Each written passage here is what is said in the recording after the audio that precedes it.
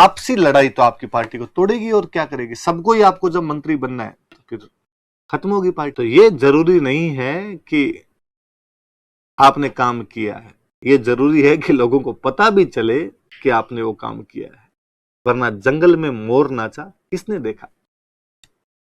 मैं एक एग्जांपल दूं आपको। 2008 से 2013 तक अपने राजस्थान में अशोक गहलोत सरकार थी। सरकारें गलत सही काम दोनों प्रकार की करती है भाई, कोई सरकार दूध की धुली भी नहीं रहती, सब अच्छे काम भी करते हैं, बुरे काम भी होते ही हैं। बुरे काम होते हैं तो हम उनका विरोध भी करते हैं, उनको अगले चुनाव में वोट भी नहीं देते हैं। और अपना राजस्थान तो इस मामले में निराला है। हम हर 5 साल में उसको औकात बता देते हैं कि तुम कितने पानी के अंदर। पर 2008 से 2013 वाली अशोक गहलोत गवर्नमेंट ने इतने खोटे काम भी नहीं किए थे, इतने पाप भी नहीं किए थे कि उनको 2013 में 21 सीटें मिले। लेकिन वो अपनी जो अच्छी चीजें थी उनको जनता तक पहुंचा ही नहीं पाए। इधर मोदी लहर काम कर रही थी उस साल के अंदर, समेट के रख दी कांग्रेस को। और मैं एक अच्छी चीज बताऊंगा, आज से कई साल पहले यदि कोई दिल्ली गया हो, पापा गए होंगे कभी दिल्ली, तो आप पूछना कि गुड़गांव से निकलने के बाद दिल्ली तक पहुंचने के अंदर भयंकर टाइम लग जाया करता था। ट्रैफिक ट्रैफिक ट्रैफिक हुआ करता था। मतलब जयपुर से गुड़गांव तक का जितना टाइम नहीं लगे, उससे ज्यादा गुड़गांव से दिल्ली तक का लग जाए। शीला दीक्षित कंटिन्यूस 3 बार सीएम बनी कांग्रेस की। आधुनिक दिल्ली की निर्माता है शीला दीक्षित। उस महिला को दिल्ली का पूरा श्रेय दिया जाना चाहिए।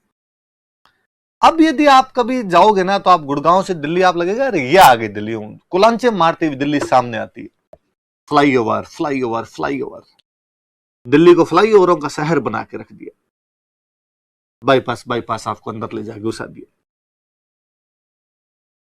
ये शीला दीक्षित कर पाई थी। वाकई उन्होंने दिल्ली के अंदर खूब काम करवाए। 2013 में आम आदमी पार्टी के उदय के बाद में कांग्रेस दिल्ली में पानी नहीं मांग रही है। सिंगल सीट नहीं जीत पा रहे हो आप। 2-3 चुनाव से तो यह हालत है पिछले। इसका मतलब है आप अपने कार्यक्रमों को जनता तक पहुंचा नहीं पाए। ये ज्यादा जरूरी है कि आप कर रहे हैं, उससे ज्यादा जरूरी है लोगों को लगना चाहिए कि आप कर रहे हैं।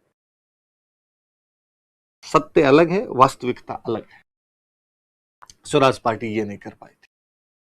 फिर मैंने जो कि बताया आपको कि स्वराज पार्टी का पूरा नाम ही कांग्रेस खिलाफत स्वराज पार्टी था और हमारी हिस्ट्री उसे केवल स्वराज पार्टी लिखती है, तो ये दिखाता भी है कि कांग्रेस स्वराज पार्टी से अलग ही थी।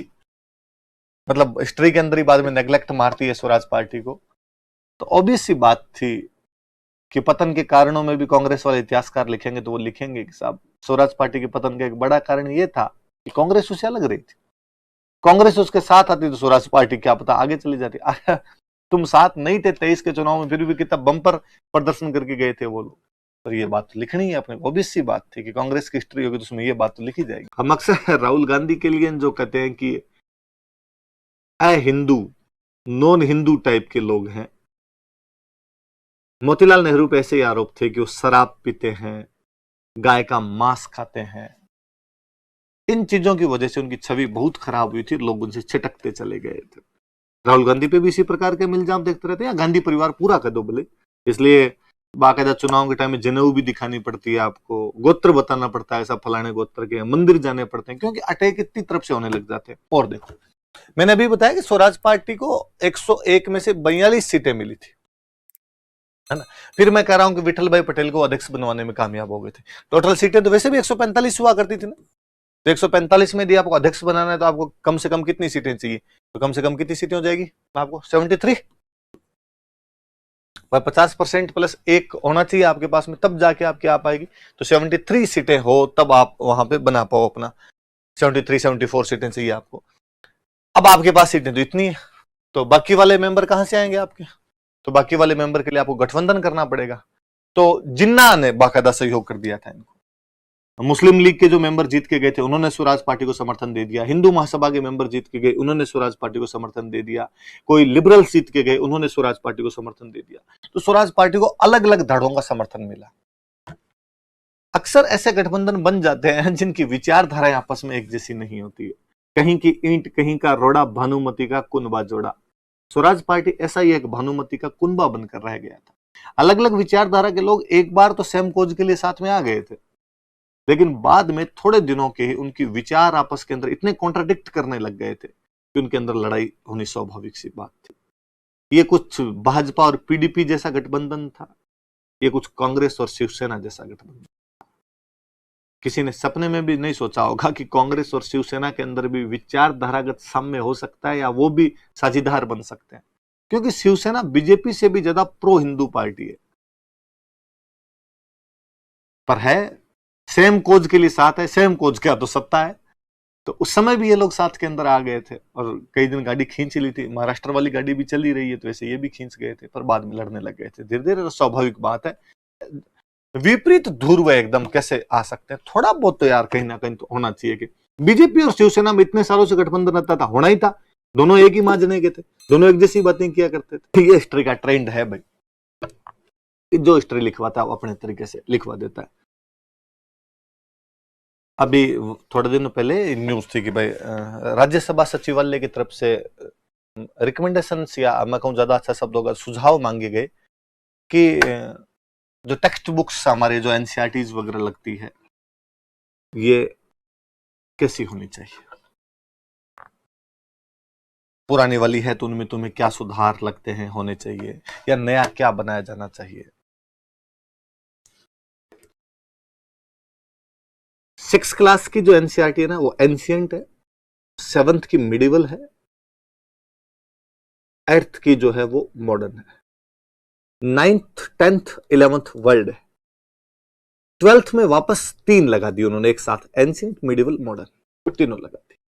बीच में मैं कई एनसीईआरटी के पन्ने भी आपको दिखाता था। मिडिवल की एनसीईआरटी, मध्यकालीन भारत की एनसीईआरटी 7th में लगती है, 12th में लगती है।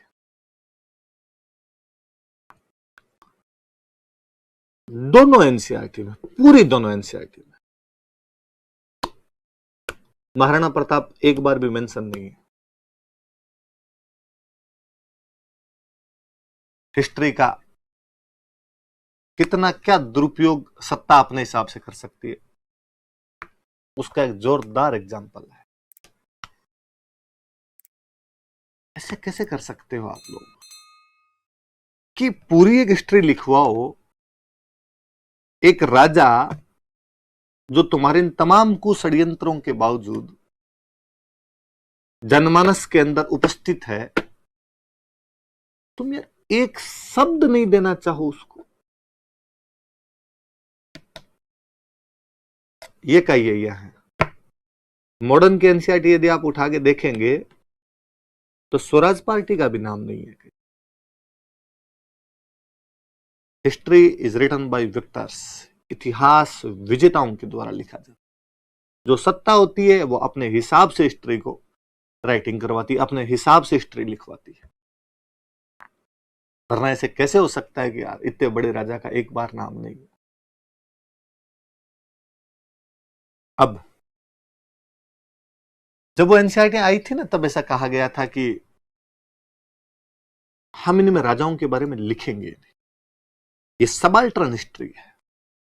सबाल्टर्न का एकदम मतलब बताया था, निचले वर्ग का इतिहास। किसान क्या कर रहा था मुगलों के टाइम में, मजदूर क्या कर रहे थे उन दिनों में, हम ये पढ़ें।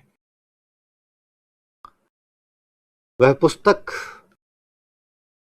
मुगल साम्राज्य के चैप्टर, मुगल साम्राज्य के शासन का वर्णन करते समय 2 पेज इस बात में भरती है कि दारा सिको है कि बेटे की शादी जब परवेज की बेटी के साथ की गई थी तो क्या क्या कार्यक्रम किए गए थे। महिला संगीत और मेहंदी की बातें भी उस किताब के अंदर लिखी हुई है। बारात जब आई थी तो कौन बारात की अगवानी करने के लिए गया था, ये उसके अंदर मेंशन है।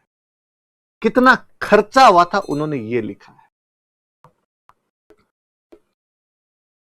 तो जब इतना ज्यादा किया जा सकता है वहां पर, तो स्वराज पार्टी तो मुझे लगता है ये लाइन तो बहुत छोटी सी लाइन है कि कांग्रेस ने खुद को स्वराज पार्टी से अलग रखा था, ये तो लिखना ही था उनके द्वारा, स्वाभाविक सी बात थी। आपकी मान डाकण कुण के कि स्वराज पार्टी अच्छी है ये तो कैसे बताया जा सकता है? कांग्रेस अलग रही थी इसलिए स्वराज पार्टी का पतन हो गया था।